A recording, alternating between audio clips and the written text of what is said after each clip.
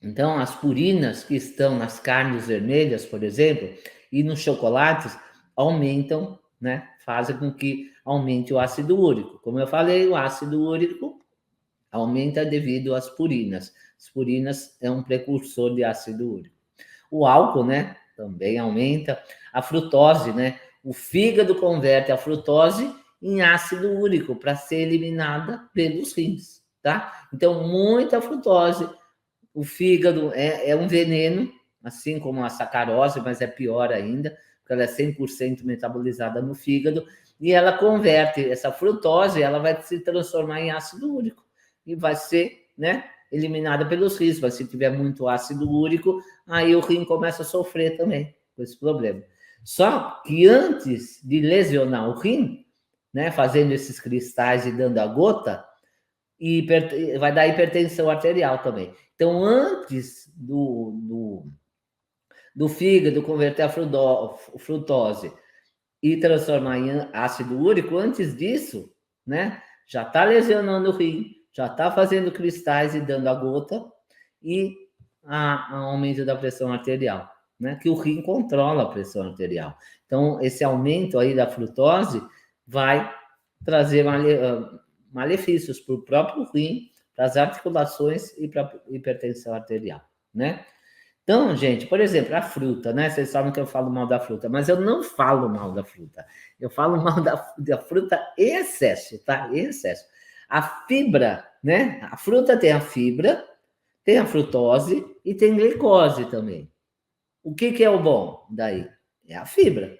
A frutose é o veneno, como fala, né? Deus, quando fez a fruta, tinha a fibra, que é o antídoto para o veneno, que é a frutose. A frutose e as fibras vão ser eliminadas nas fezes, tá? E a porção de glicose vai fazer o ciclo de Krebs para quê? Para gerar energia. Né? No ciclo de Krebs, né? Tem o piruvato, a coenzima A, né? E tudo isso para gerar ATPs, né? A glicose. Bom, tem 10 etapas lá, não vou explicar agora o ciclo de Krebs. Mas, então, na fruta tem 3 componentes. Tem as fibras e a frutose, vão ser eliminadas pelas fezes. A glicose vai lá para o ciclo de Krebs fazer ATP. A frutose sozinha vai para o fígado e se transforma em ácido úrico, né? E pode ir para os rins e, né, aumentar a pressão e dar a gota. A fibra entra em fermentação no intestino e produz o quê? O butirato, os ácidos graxos de cadeia curta. Não só o butirato, como acetato, propionato. O butirato é super importante, ele até previne câncer de intestino, né? Ele faz repitelização da parede intestinal. Então, vai produzir também o ácido lático no intestino, ficando com um pH ideal para a produção de 5-hidroxitriptofano, né? O 5-HTP, depois serotonina, depois melatonina. Então, essas fibras são importantes também para regular o pH do intestino para produzir a serotonina. Como eu já falei em outras ocasiões, se o intestino está inflamado, está disbiótico, hiperpermeável, ele não vai produzir a serotonina, ele vai produzir o ácido quinolínico, que é tóxico. Por isso que não adianta só ficar dando hidroxitriptofano. Seu paciente tem que estar com o intestino bom, tá? Mas com a alimentação inflamatória da maioria das pessoas, não vai produzir, né? Não vai ir para essa cadeia do bem, que é serotonina, melatonina, vai para a cadeia do mal, né? Que é aqui ácido quinolínico. E o ácido úrico, em níveis bons, faz um efeito antioxidante no sangue. E quando ele está alto, ele tem um efeito contrário, um efeito nocivo dentro da célula.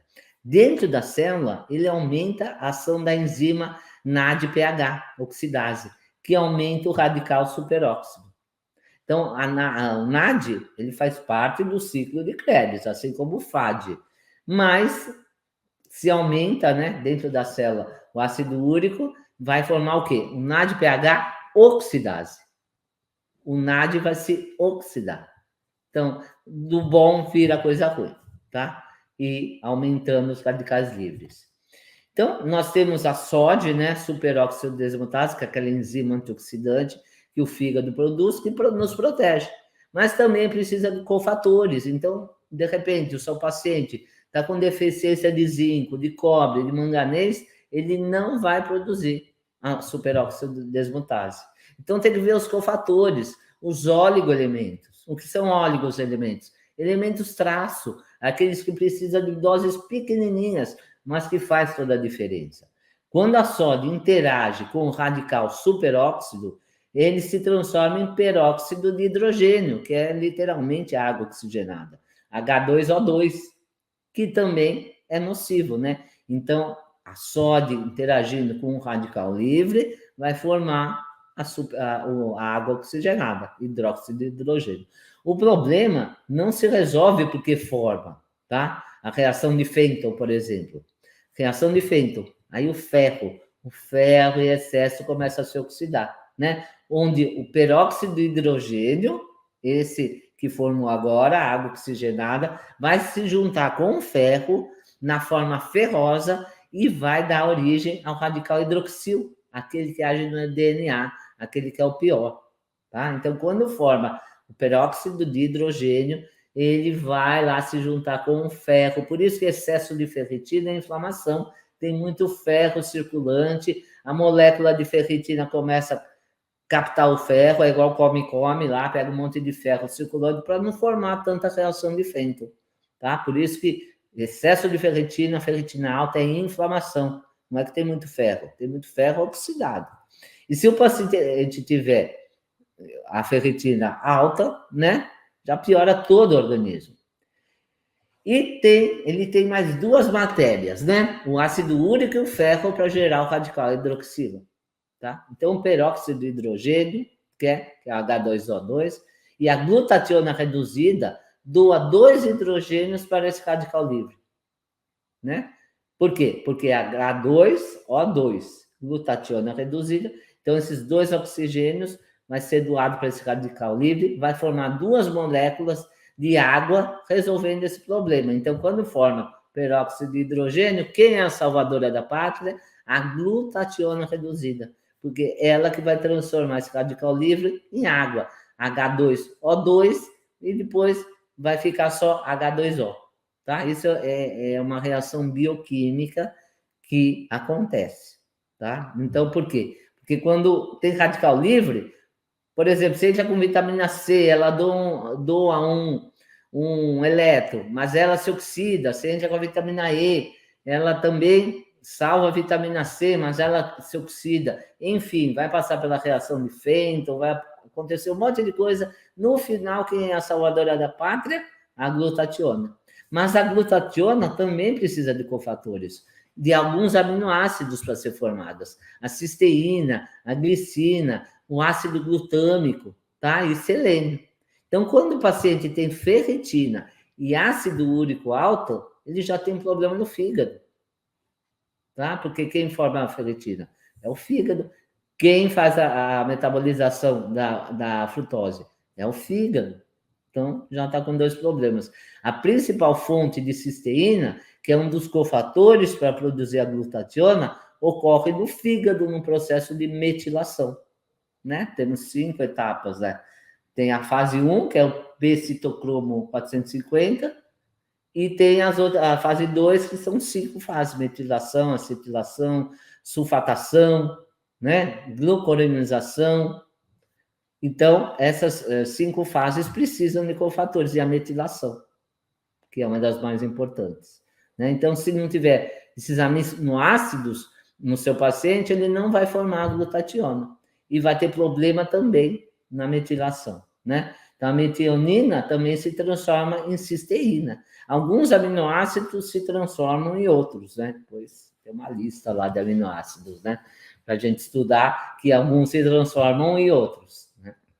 E esse processo, com o fígado inflamado, também será prejudicado. Por isso que a gente cuida tanto do fígado. Então, o ácido úrico muito baixo perde esse efeito protetor. E ele muito alto se torna inflamatório pelo efeito dos radicais livres. Então, o que você teria que fazer para o seu paciente? Vitamina C, que estabiliza ácido úrico. Cofatores para formar a superóxido desmutase, que é aquela enzima antioxidante, que ela elimina o radical livre superóxido. o manganês, o zinco, o cobre, para formar glutationa, selênio, glicina, metionina, ácido glutâmico, enfim, um paciente, né, que come mal, já não vai adquirir nada disso na alimentação, né? Além de comer mal, ainda tem hábitos deletéricos, né? Não dorme direito, não pratica exercício físico, ele não vai ter esses cofatores para formar esses antioxidantes, e aí o que acontece? Por isso que vem problemas. Então você tem que cuidar primeiro da dieta do paciente e eliminar os metais, os radicais livres, os agrotóxicos. Então não adianta só ficar tomando remedinho lá, o alupurinol, se você não consegue, né, limpar seu paciente, por quê? Ele vai ficar tomando remédio a vida inteira?